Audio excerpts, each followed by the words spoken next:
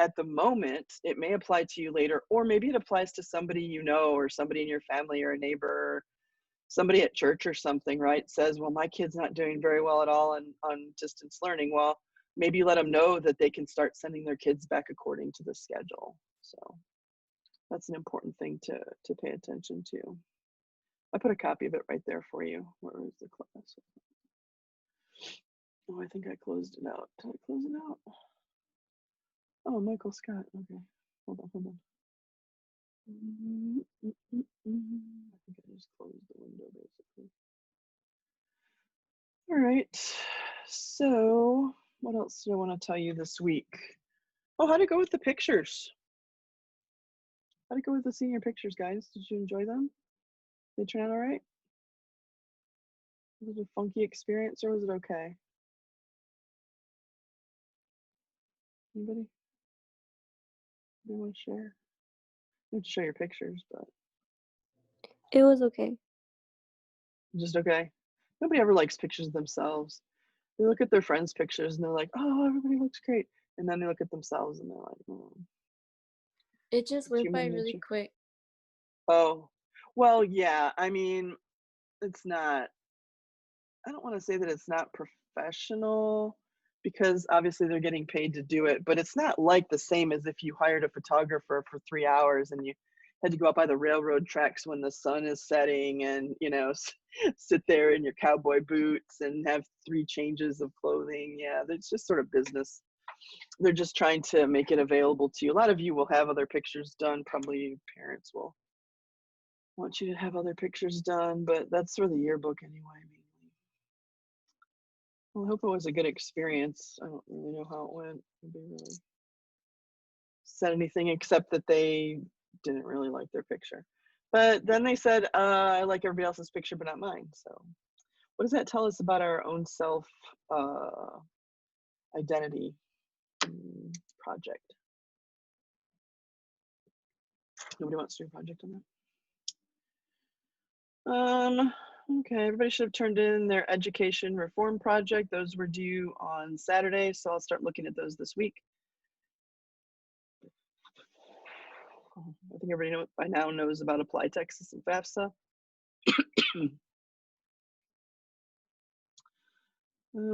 We do have the new proposal for the second project coming up, and I want to spend a little time talking about that today. It's not this week. The proposal is not due until a week from Wednesday. Let me go to that assignment. It's right here. So I wrote it out here for you. I want you to use the same format as the previous research proposal that you did for project number 1. It's the same setup here, the same elements. Everybody did a pretty good job on that. But this time the topic is a little different. So let me go through that a little bit with you, and then that way you can start thinking about what you'd like to do for your second project. This is the last project of the semester. We're just going to have 2. So it's an opportunity for you to think a little bit more about customizing a project that you would like to have time to spend some time looking at. So I want it to be something that is involved with your future in some way, something that you're thinking about yourself for, 2 years, 5 years, 10 years down the line. So I want you to choose something about your future that you want to spend some time investigating. Maybe this is something that you don't have time to really look into, but you really should look into, like majors or differences between different majors or things like that. Or maybe it's just something that you always had in the back of your mind about your future. I want you to think about that topic and write a proposal for a project that gives you an opportunity to look into it. So I put some ideas on here because I'm thinking, all right, if you're in high school, then you've got some different types of futures, right? You've got your college, your profession, your adult life. We think about college as the next step and we forget that there's a lot more steps after that in life. So I just put a few different ideas that are possibilities to give you some thinking, ideas. Ideas are thinking, but you know what I mean. So if you are just thinking, well, you know what I need to do? I know I want to go into engineering, but I don't really know the difference between this type of engineering and that type of engineering. Or maybe you want to really see what the coursework is for a field. Maybe you've really zoned in on forensic science and you want to be a forensic scientist, but you never really looked into what's the coursework. What does the semester look like? How much science? How much math? What do I need to take? What's the degree plan? So maybe that would be a good thing to start looking at. Or maybe you need to compare different schools. Maybe you've applied to different schools and you want to see the degree plan for forensic scientist in one school and compare that degree plan with another school.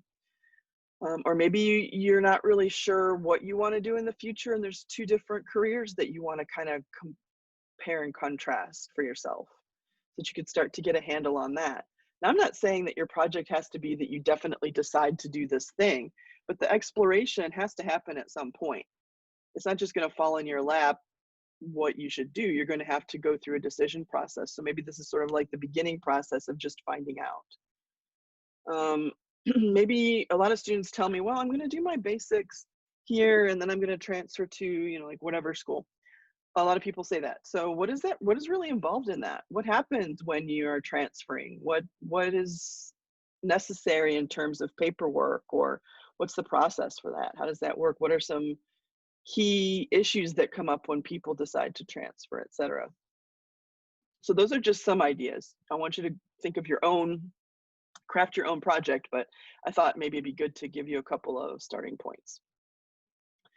Maybe you've got college kind of figured out, or you just don't want to think about it, and so you want to move into the professions, right? What's the daily work of an RN like? Or I know I want to be a pharmacist, but do you know what the pharmacist does from whatever time in the morning to whatever time in the evening? What does their day look like? There's a lot of opportunity here for interviews.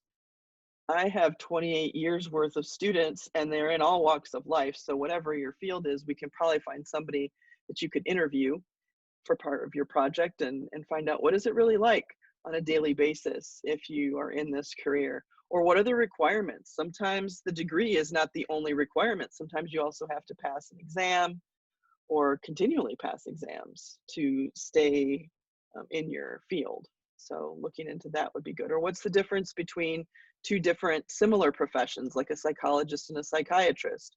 How do I know which one I want to do? What do those people do and how is it different? But you can also think about past all of that, and you can think about your adult life. Is there some lifestyle that you think you want to have as an adult person? Maybe you want to make sure that you're financially secure. How does somebody do that? What happens in life what are the choices that would be good to be making in the next 5-10 years to help that happen? Or what if you know that you want to buy a home? How would you go about doing that? What's even the process for that? Or last year I had a student who looked up how to adopt a child. She knows she wants to adopt a kid when she's older, but doesn't even know what that costs, what's involved, what has to happen. So maybe you want to start your own business. So there's lots of things that you could just, if you're curious about and you're really thinking about for your future, I want you to use this project. Yes, we're researching. Yes, we're writing. We're doing our, advanced level work, but I want it to be something that's fruitful for you in your personal life and what you need to be thinking about right now. And you're the only one who can decide that.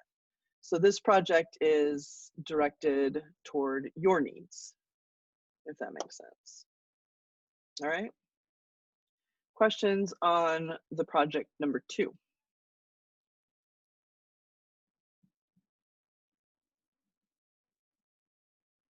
No. All right, so I guess maybe the rest of this week be thinking about that. The proposal's not due until next Wednesday, which is November 4th. That's the day after Election Day. I don't know what that day is going to be like. But yeah, so you've got over a week to work on that. And okay, good. Yeah, there's a lot of choices. I'm trying to think of projects that give you the maximum amount of choices. But if I just say, hey, do a project, then it's kind of like, that's too open. But I think now is a really good time for you to zero in on some things. So think about what is it that you would do if you had the time to do it. If I had the time to compare this university and that university and this third university in terms of the degree plan for my field, then I would do it. But let's make it a project. It could just be, you know, something you need to check out anyway.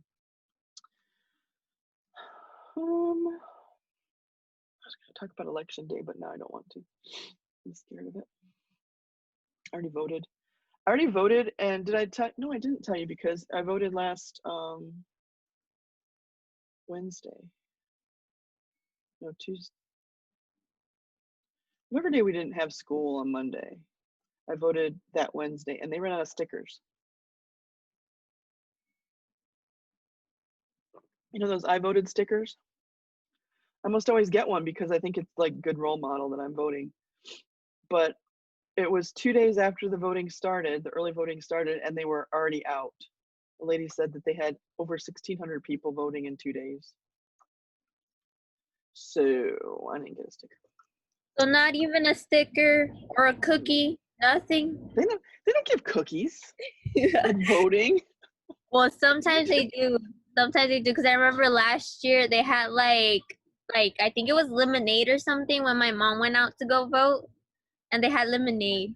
Where's this polling station? Because all I get is a sign that says no public restrooms. That's all I get. Well, it was like, it's in Progreso. It was in Progreso. Oh, maybe it's more homey over there. Yeah, it kind of is. Everybody knows everybody, so. That's probably it. Well, I mean, you can get stuff from the candidates in the parking lot. They're giving stuff out, but I don't like to talk to those people before I go in to vote. I already know what I'm voting for and who I'm voting for. I don't like, here, have this, you know, candy bar and vote for our candidate. I don't know. I just like to go in and do my voting. I was gonna play this video today, but it's on the formative. Do you want to watch it together? Or do you just want to watch it when you do the formative? The formative for today is to watch this video. So we already did it, that's why I'm saying. It's this really cool kid who got into Boston University. He didn't get in right away though. I'll just play it, it's only a few minutes. If you already watched it, then you can sign off if you want. Let's see. I'm gonna play it and then you'll have a leg up on your formative today. I have to turn off my AirPods.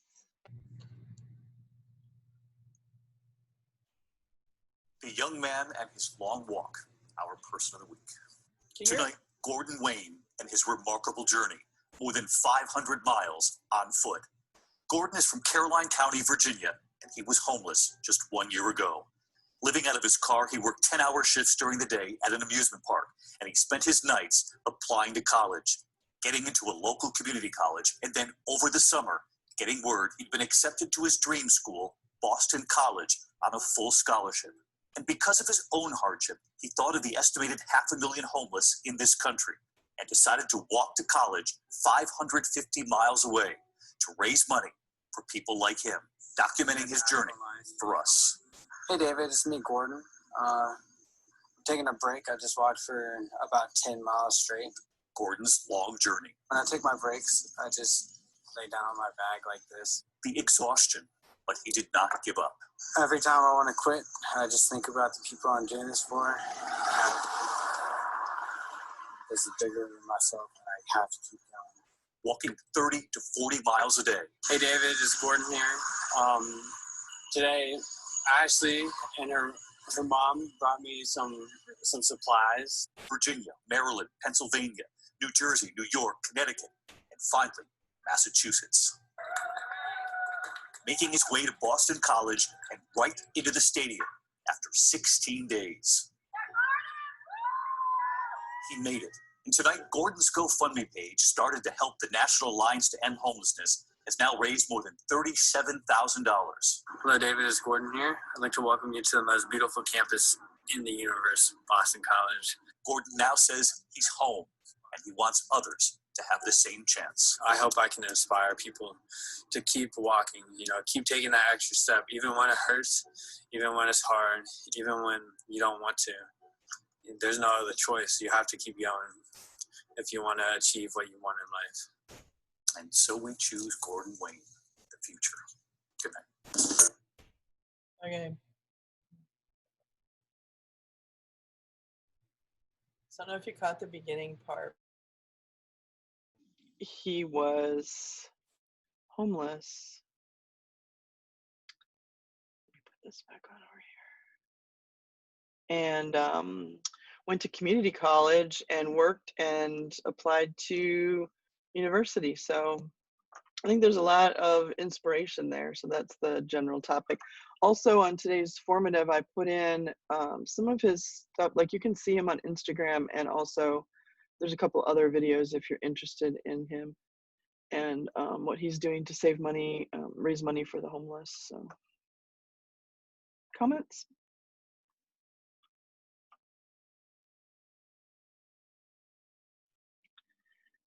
Yay, Gordon. Okay. All right. I saw that on the news on Friday, and I thought that it would be cool to put it on for the formative today. All right, well, that's it. I wanted to give you time, since this is the last week before you really should have your Apply Texas and your FAFSA done. If you're running into problems, then you can definitely message me, message your counselor, message Ms. Rodriguez in the College and Career Center. We're all glad to help you. So, I mean, if I don't know, I might not know, but I will definitely find out for you if there's something that you need help with. I've been getting, emails about different things back and forth. So feel free to contact somebody if you're stuck on any of those things. But I know a lot of you are already done, so. All right, anything else for today? How do you know if you're done with like FAFSA? Once you like turn it in and receive the email that says like your social security or whatever was confirmed, that means you're done, right? Yes, and they're gonna give you like a EFC, estimated family contribution, or some kind of number, and it's gonna be an actual like amount number. And that doesn't mean that you have to pay that. It just means that that's sort of like the category that you're coming up. Some people, it will be a 0. The lower the number, the better, because that what they're calculating is that your family can contribute a certain amount to your own education. And if your income is below a certain amount, your family income is below a certain amount, then they don't expect that your family will be able to contribute.